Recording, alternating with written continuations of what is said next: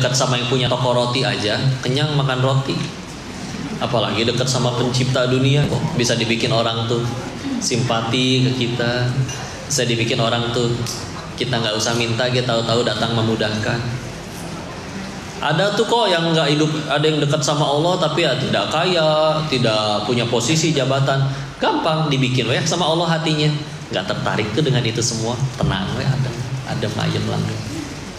Karena di luar sana ada orang kebakaran jenggot kalau temannya naik jabatan.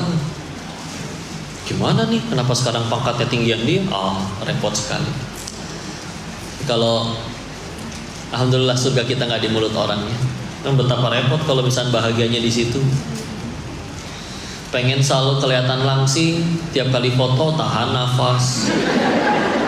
Menjiwai ketawanya, ya. Jangan suka kesindir gitu, ya. Berhasil kelihatan langsing, wajahnya biru, ngamuk. Saya boleh nanya nggak, Bu? Boleh nggak? Bu, Ibu, ibu-ibu teh kenapa kalau foto nggak bisa sekali?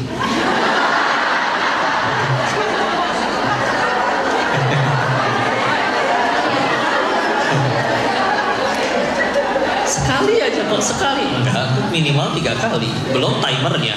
10 detik nungguin. Bu tolong dimatiin ya, bukan nggak boleh foto, nggak, cuman timer kan pegel Bu ya. Karena angle-nya kok, sudutnya serius, karena sudutnya. Coba ibu foto 10 orang, yang 9 udah cantik, ibu merem sendiri, diulang nggak? Berarti kan bukan masalah angle, masalah ibu itu. Oke, diulang. Saya mah kadang suka kasihan sama yang motoin. Karena ibu-ibu suka bilang, Mas, tolong jangan gendut ya. Gimana caranya, Bu? Yang makan banyak ibu, yang diomelin saya. Ulang foto nggak apa-apa. Foto yang kedua, yang 9 merem, tapi ibu udah cantik sendiri. Itu kan yang diposting. Itu ya. Berarti kan bukan masalah angle. Ibu jalan-jalan foto-foto, nyampe rumah dicek fotonya 376. Yang diposting paling berapa? Tuh, 1, 2. Sekarang Instagram paling banyak 20 tuh yang digeser-geser ya. Yang dihapusin yang mana? Yang ibunya cantik apa yang ibunya jelek? Padahal di foto yang ibunya jelek teman ibu cantik semua loh itu. Gak peduli kan? Egois. Gak apa-apa lah Bu. Tapi dari kalian lah terlahir anak yang soleh-soleha. Ya laki-laki nggak bisa hamil soalnya ya. Masya Allah. Bahkan kalau ayahnya yang udah soleh masih ada peluang anaknya nggak soleh. Nabi Nuh alaihissalam anaknya kena air Pak ya, Kan'an. Kalau ibunya soleh, contoh istrinya Imron, Hana soleha, anaknya Maryam Maryamnya soleha, anaknya Nabi Isa. Nggak cuma soleh, jadi nabi itu. Khadijah radhiyallahu anha soleha, anaknya Fatimah soleha. Fatimahnya soleha, anak-anaknya Hasan Husain. Kabisilah ini meskipun bapak-bapaknya ya beneran ya. Memang khusus ibu-ibu ini tuh. Masya Allah. Kadang suka ini kalau kajian parenting, jelas-jelas sekolah judulnya kajian parenting, tetap banyakan ibu-ibunya. Saya suka husnuzon, Pak mungkin ini satu suami bawa 3 istri ya Pak. Tapi ternyata enggak. Bapaknya lagi pada kerja ya. Kita doain semoga setiap tetes keringatnya mengangkat tinggi derajat beliau. Tapi nggak keringetan kok, kerjanya di AC. Ya tetap aja kerja ya. Insya Allah. Ya udah, dengan akhirnya para ibu dan bunda-bunda ini jadi soleha, ya terlahir nanti anak yang soleh semua, insya Allah. Indonesia jadi baik. Da Allah mah sayang sama perempuan, masya Allah. Jujur ya Bu, siapa yang kesini naik motor? Jalan kaki. Siapa yang sering naik motor? Saya ganti. Jujur Bu, berapa kali Ibu sen kiri belok kanan? Lebih sering celaka atau selamat Bu? Selamat. Berarti Allah tuh sayang sama Ibu.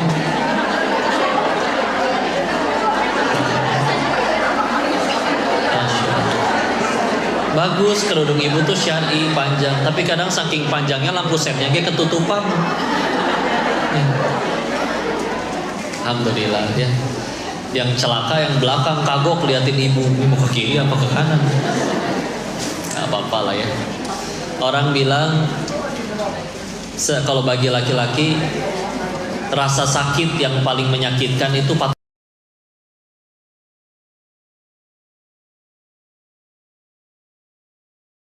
tulang.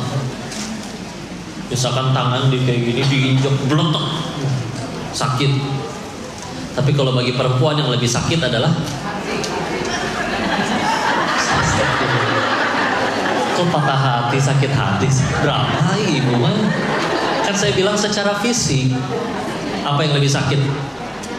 Melahirkan, sakit hati. Oh, drama.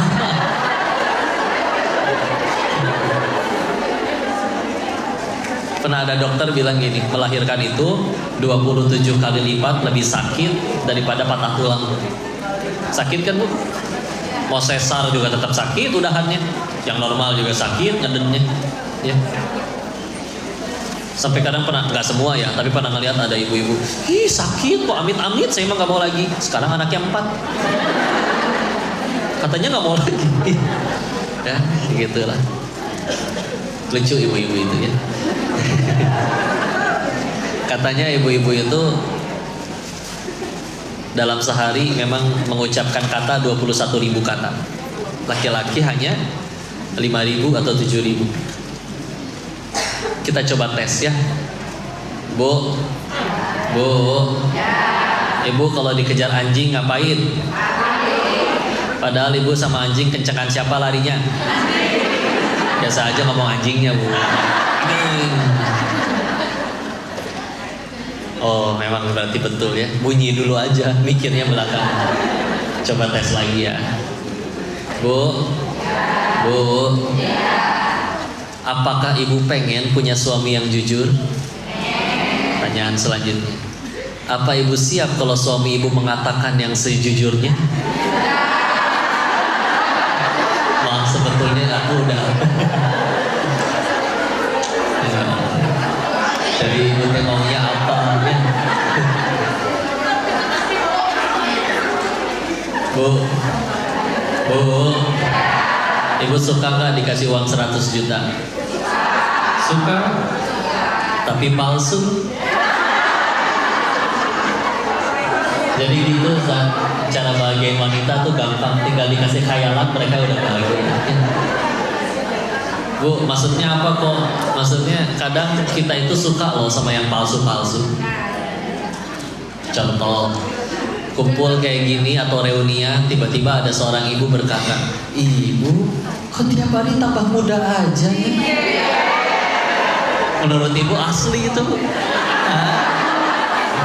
Mendingan langsung ditanya, Ibu mau minjem duit berapa? Tapi kita percaya kan, giliran di toilet sendiri ngaca, iya juga nih. Serum ini cocok ya, serum ini. Ibu. Ya begitulah ya. Jadi sesuatu itu baru jadi baik, standarnya satu, ya, yaitu bikin kita tambah dekat sama Allah. Ya, kayak contoh, teman-teman mana yang paling baik, bukan yang paling sering traktir, tapi yang dengan dekat sama dia, kita tuh banyak ingat Allah. Ngomongin apa segala, alhamdulillah nih, dapat rezeki mas segala macam. Iya, rezekinya dari Allah, berarti mesti kita gunain ya di jalan Allah. Ya, tadinya pengen jajan, gak jadi.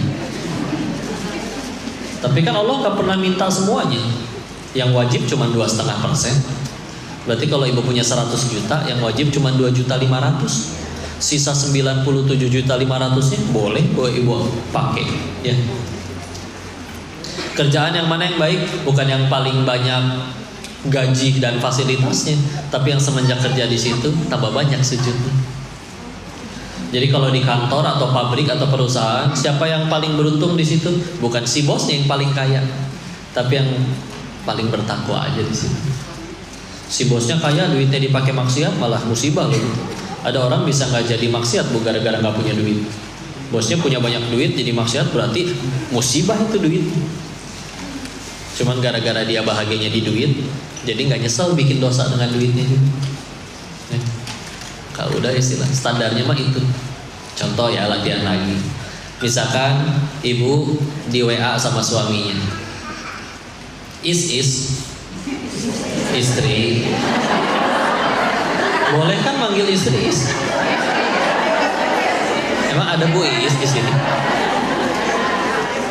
Boleh nggak tapi? Is boleh kan? Jawab dong kalau suami manggil. Iya su. Suami, jangan suami. Ya, meskipun kadang kurang enak, nopo su gitu.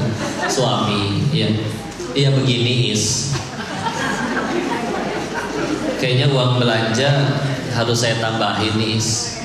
Berapa su?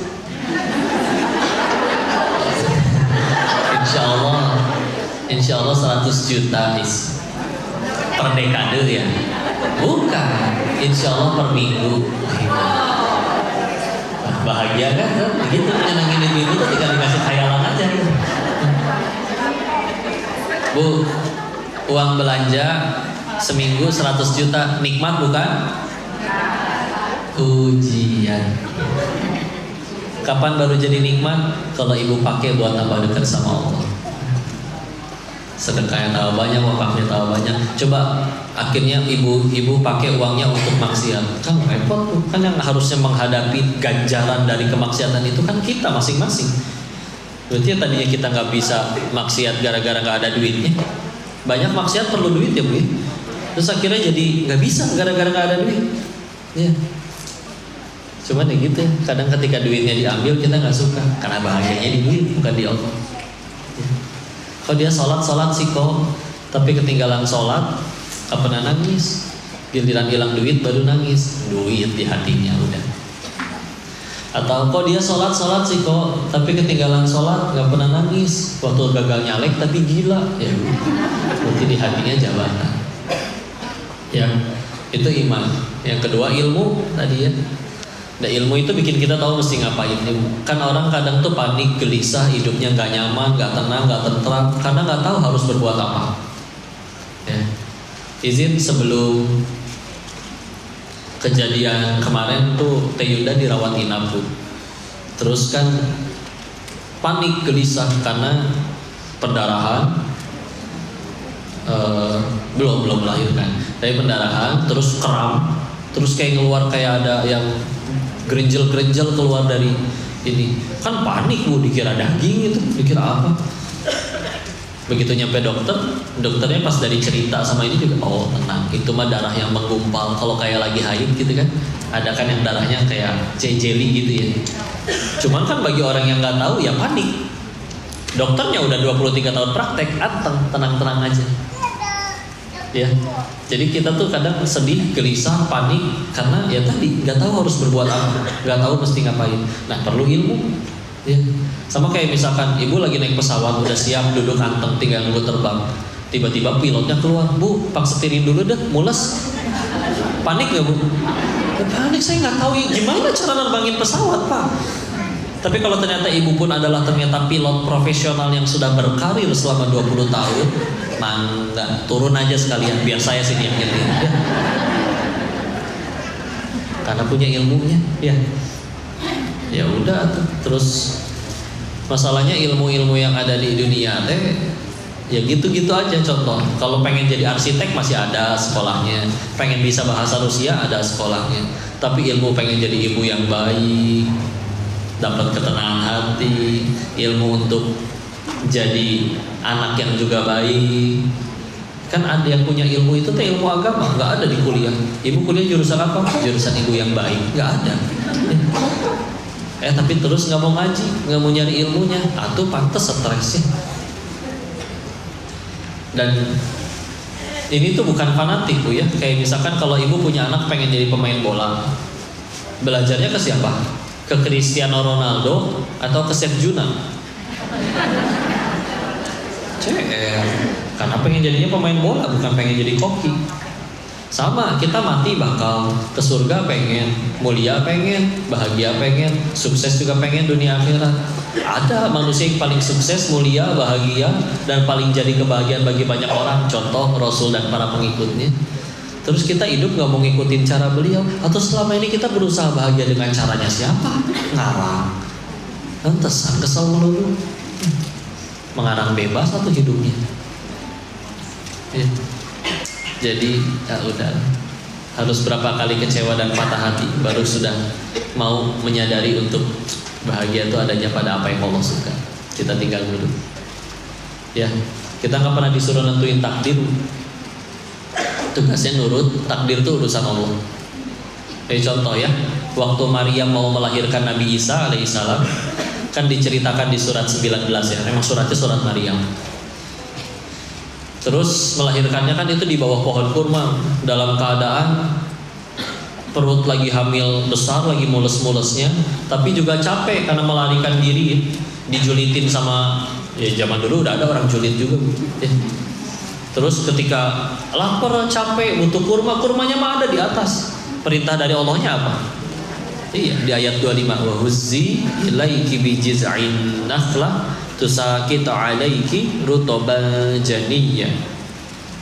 Wahuzzi, goyang-goyangin. Pertanyaannya satu, ibu kalau tahu pohon kurma yang udah matang gede, ibu mau pilih laki-laki paling kekar se-Indonesia juga, suruh goyang-goyangin itu pohon, gak akan jatuh itu kurmanya. Karena memang cara panennya bukan digoyang-goyangin, naik ke atas dipotong. Ini gimana ceritanya, ibu hamil gede, lagi mules-mulesnya pengen ngelahirin, suruh goyangin pohon, tenaganya segede apa? Nurut Maryam, karena sadar betul, aku nggak pernah disuruh nentuin takdir, tugas aku nurut, takdir urusan Allah. Dia udah nurut, goyang-goyangin, jatuh kalau urusin takdir. Ini kan ayat tentang tawakal. Allah nggak pernah nyuruh kita nentuin takdir, takdir urusan Allah, kita tinggal nurut. Tapi kadang di luar kita lebih sering mikirin takdir sampai akhirnya nggak mau nurut.